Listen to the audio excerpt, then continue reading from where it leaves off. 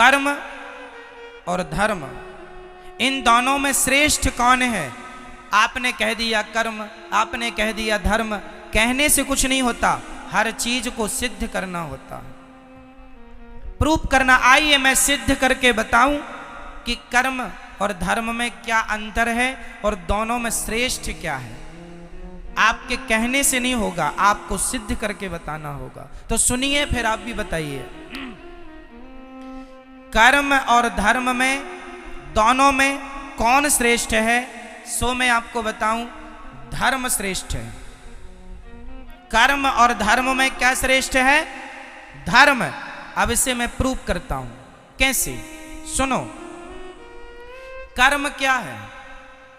इस धरती पर जो भी हम कर रहे हैं, यहां तक कि आंखों की पलक झपक रही है, तो वो अपना कर्म हो रहा है। मैं बोल रहा हूं, ये भी कर्म है। आप बैठे सुन रहे हैं, ये भी कर्म। आप यहां खुजला रहे हैं, ये भी एक कर्म हो रहा है। कुछ भी आप कर रहे हैं, वो क्या है? हर क्रिया कर्म होती है।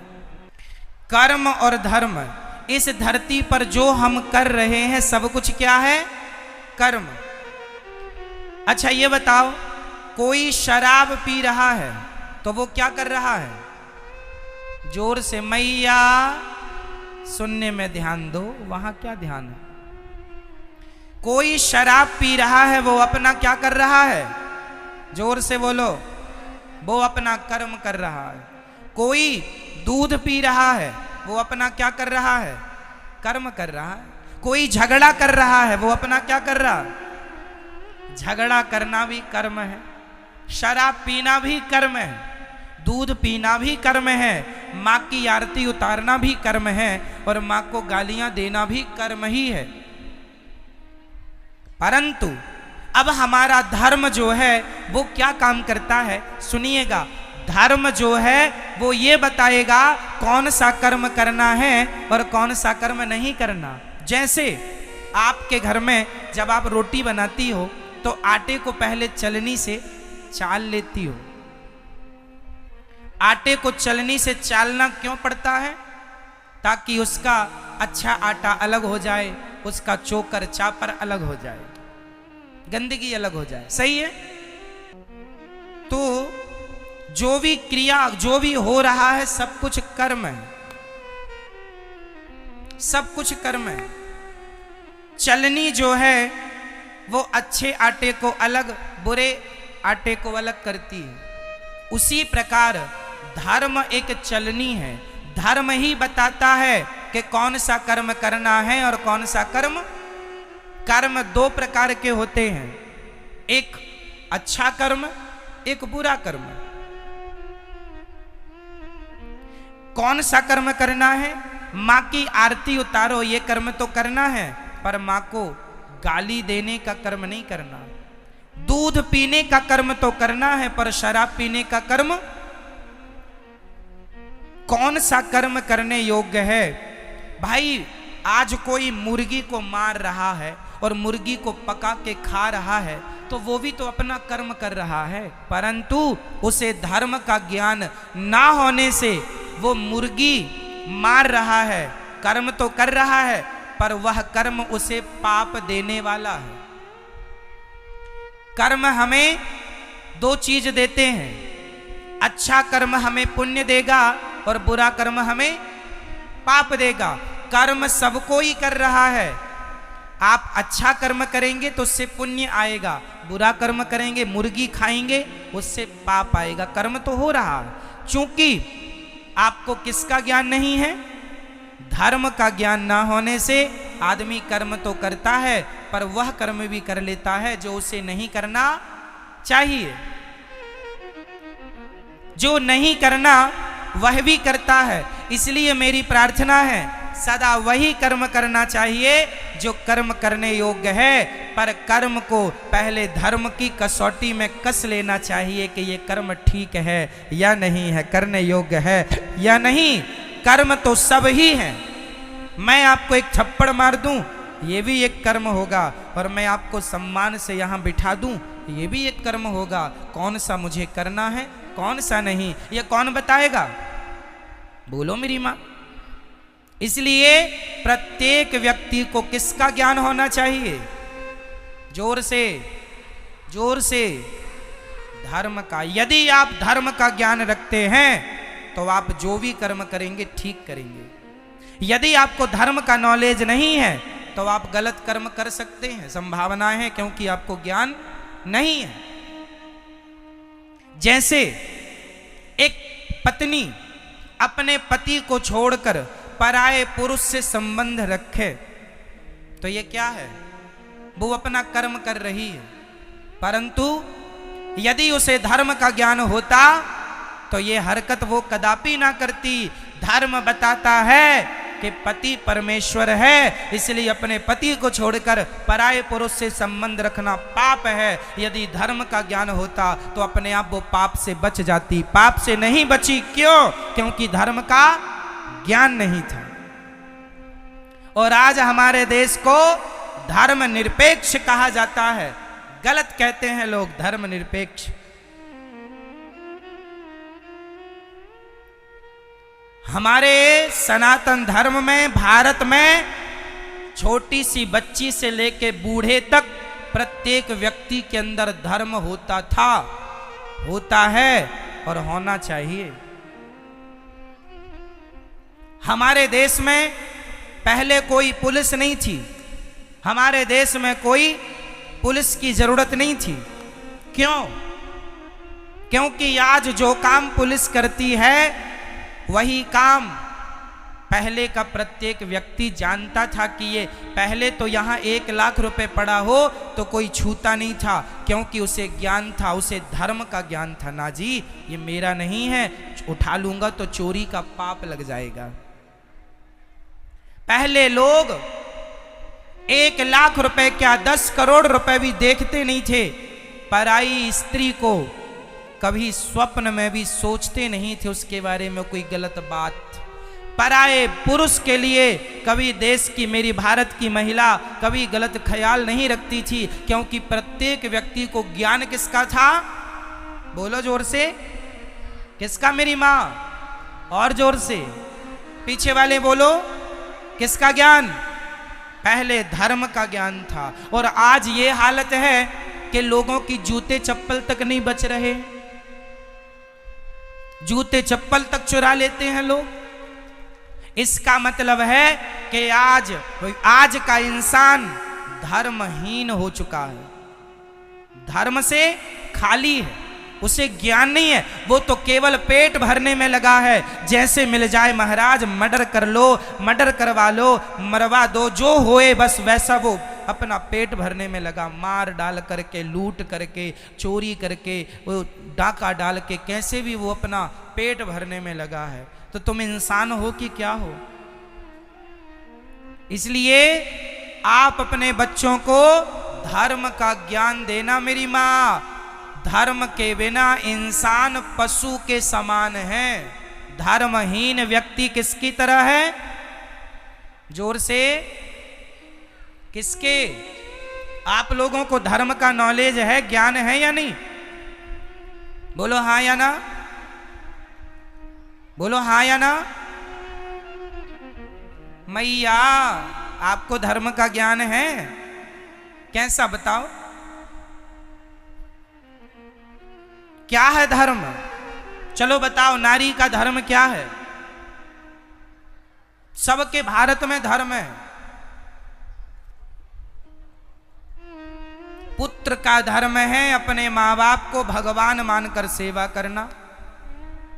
पत्नी का धर्म है कि अपने पति को भगवान मानकर सेवा करना। दुकानदार का धर्म है ग्राहक को भगवान मानकर उसकी सेवा पूर्ति करना।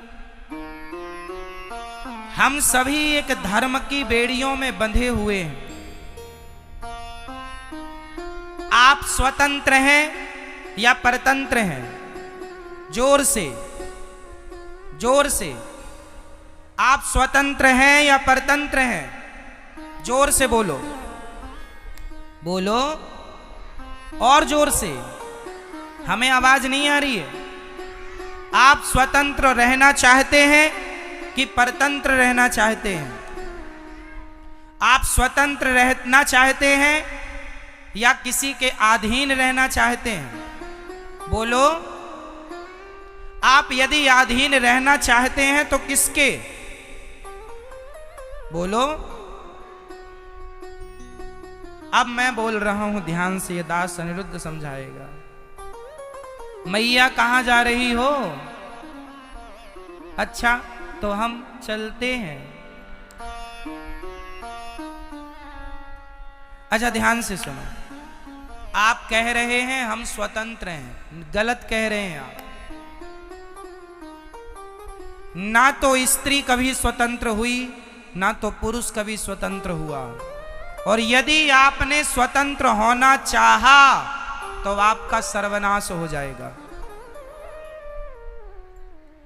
पतन हो जाएगा।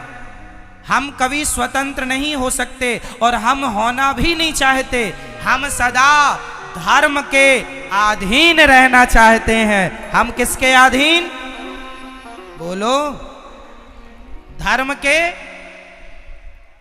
अधीन। किसके अधीन? तो क्या आप स्वतंत्र हैं? नहीं। यदि स्वतंत्र होते और यदि आप मनमाना काम करोगे, आज एक स्त्री अपने पति को छोड़कर दूसरे पुरुष को रखती है, वो स्त्री अपने आप को स्वतंत्र मान रही है। उसकी स्वतंत्रता उससे पाप करा रही है कि नहीं? क्या समाज ऐसी नारी का सम्मान करेगा जो अपने पति को छोड़कर पर पुरुष से संबंध रखे? बताइए। उसने स्वतंत्र रास्ता चुन लिया, जो मन में आए। इसलिए हम स्वतंत्र नहीं हैं, हम वही करते हैं जो हमारा धर्म कहता है। क्या कहेगा धर्म, वो करेंगे हम। धर्म कहता है दूध पीना है बेटा, दूध पिएंगे। धर्म कहता है शराब नहीं पीना। आप मुझे 10 करोड़ रुपए देंगे और कहेंगे कि एक गिलास शराब पी लीजिए, तो मैं 10 करोड़ क्या, पूरी सृष्टि की दौलत लाकर कदमों में रख देंगे, तो भी मैं अपने धर्म का परित्याग नहीं करूंगा। मैं स्वतंत्र नहीं हूं, मैं धर्म के अधीन हूं, मैं गुलाम हूं धर्म का। मैं किसका गुलाम हूं? मैं किसका गुलाम हूं? 2 नारियां हैं समाज में। एक स्त्री का नाम है सीता, बहुत ध्यान से सुनिएगा। एक स्त्री का नाम है मेरी मां सीता और दूसरी स्त्री का नाम है सूपनखा। सूपनखा रावण के बहिनी। अब बताइए, सीता माता स्वतंत्र है या सूपनखा स्वतंत्र है? कौन स्वतंत्र है? बोलो मेरी मां। कौन? सूपनखा स्वतंत्र है। इसलिए वो किसी पुरुष से कहती है कि हमसे विवाह कर लो, तो सम पुरुष न मोह सम नारी। राम जी कहते हैं हमारा भाई वहां बैठा है, एक बार बात कर लो, बात बने तो। चली गई। इतनी निर्लज्ज है, देखो खुद अपनी शादी की चर्चा कर रही, खुद अपना विवाह तय कर रही। लक्ष्मण जी से कहती हमसे विवाह कर लो, तुम बड़े सुंदर हो। वैसे तो तुम्हारे भैया बड़े सुंदर हैं, पर वो नहीं मिल रहे हैं, तुम ही मिल जाओ। वो कहती है कि हम भी कम सुंदर हैं क्या? राम जी ने पूछा तुम्हारी शादी हो गई? कहती नहीं हुई, जबकि सूपनखा की शादी हो चुकी थी। सूपनखा के पति का नाम है विद्युत जिह्वा। सूपनखा के पति का नाम क्या है? विद्युत जिह्वा। इसे रावण ने मार डाला है, रावण ने मार दिया अपने जीजा को। और सूपनखा कहती है मैं कुंवारी हूं। तो लक्ष्मण जी ने नाक कान काट दिया। किसी ने लक्ष्मण जी से कहा क्यों जी आपने नाक ही क्यों काटी? लक्ष्मण जी बोले हाथ काटते तो इसे जाकर बताना पड़ता कि फलानी जगह गए थे तो हाथ कट गया। नाक इसलिए काटी है, इसे बताना नहीं पड़ेगा कि कहां गए थे, लोग देखते ही समझ लेंगे कि नाक कटाने ही गई थी, इसलिए नाक ही काटी। कहती है तो सम पुरुष न मोह सम नारी। क्यों? क्योंकि सूपनखा का संकल्प वही है जो राम का। निश्चरहीन करऊं मही, राम जी कहते हैं मैं निशाचरों से हीन पृथ्वी कर दूंगा, मैं रावण को मारूंगा, राम जी कहते हैं। और सूपनखा भी कहती है रावण तूने मेरे पति को मार डाला है, क्योंकि सूपनखा का पति इतना बलशाली था कि रावण डर गया कि कहीं ये मुझे मार के कब्जा ना कर ले लंका में, इसलिए मार दिया। सूपनखा तब से गुस्सा हो गई, तूने मेरे पति को मारा है, जब तक तेरे विनाश का समय नजदीक नहीं आ जाएगा तब तक मैं लंका में प्रवेश नहीं करूंगी। इसलिए रावण के विनाश का समाचार लेकर के सूपनखा रावण के पास गई, और सूपनखा ने ही तो रावण से कहा था कि सीता को चुरा लो। रावण के बर्बादी में सूपनखा का विशेष हाथ है, शुरुआत यहीं से हुई। तो इसलिए कहती है तो सम पुरुष न मोह सम नारी, तेरा भी विचार वही है राम, तेरा भी विचार वही है कि रावण को मारना, और मेरा विचार भी वही है रावण को मारना। तो सम पुरुष न मोह सम नारी, हम दोनों के विचार एक से मिल गए, इसलिए यह संयोग विधि रचा विचार। यह संयोग है कि तुम्हारे और हमारे विचार मैच कर गए। तो सीता माता धर्म के अधीन चलती हैं और सूपनखा स्वतंत्र है। तो आप स्वतंत्र रहना पसंद करोगी मेरी माँ, या धर्म की अधीनता स्वीकार करोगी? बोलो।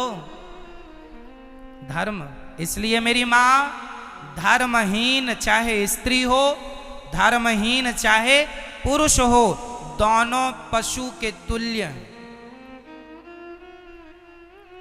हमारे भारत में एक पत्नी का पति मर जाए तो वो उसकी विधवा रह के सारी जिंदगी गुजार देती है।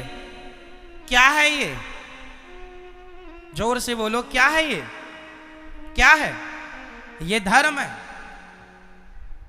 और ऐसी क्वालिटी की स्त्रियां सिर्फ हमारे भारत में हैं। आज दुनिया में 200 देश हैं लगभग। पूरी दुनिया में कितने देश हैं? अमेरिका, लंदन, जापान, पेरिस इत्यादि जाकर देख लो, दुनिया में 200 देश हैं। ऐसी स्त्रियां केवल भारत में पाई जाती हैं कि पति के मर जाने पर उसी की विधवा रहकर जिंदगी गुजार देंगी, पर पराये पुरुष की तरफ आंख उठाकर नहीं देखेंगी। ऐसी स्त्रियां सिर्फ भारत में होती हैं। सती सावित्री केवल यहां और कहीं नहीं, इसलिए यहां धर्म है। ये क्या है?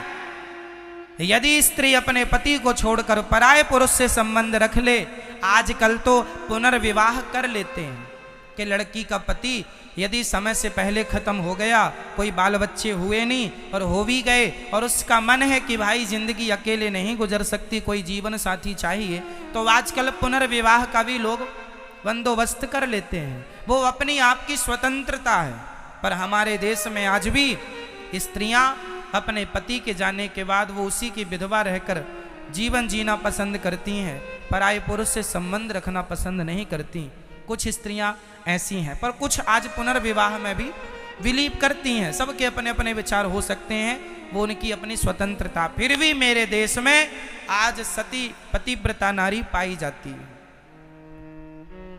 और ये स्त्रियों की क्वालिटी सिर्फ भारत की स्त्रियों की है और कहीं की नहीं। इसलिए है क्योंकि हमारे देश में धर्म रहा है, लेकिन आज के कुछ लोग भारत को धर्म निरपेक्ष कह रहे हैं कि ये तो धर्म में हम कोई विश्वास ही नहीं करते। धर्म निरपेक्षता का अर्थ होता है धर्म में कोई विश्वास ना करना। और सोचिए, इस धर्म निरपेक्षता के कारण हमारे स्कूलों में पहले पढ़ाया जाता था गा गणेश का। सुनो जरा, पहले हम लोगों को क्या पढ़ाया गया? गा गणेश का। आज पढ़ाया जाता है गा गधे का। कोई गणेश बनना नहीं चाहता, गधा ही बनना चाहते, इसलिए आज गधे हो रहे हैं। गणेश के संस्कार खत्म हो गए। गणेश वही है जो अपने माँ बाप की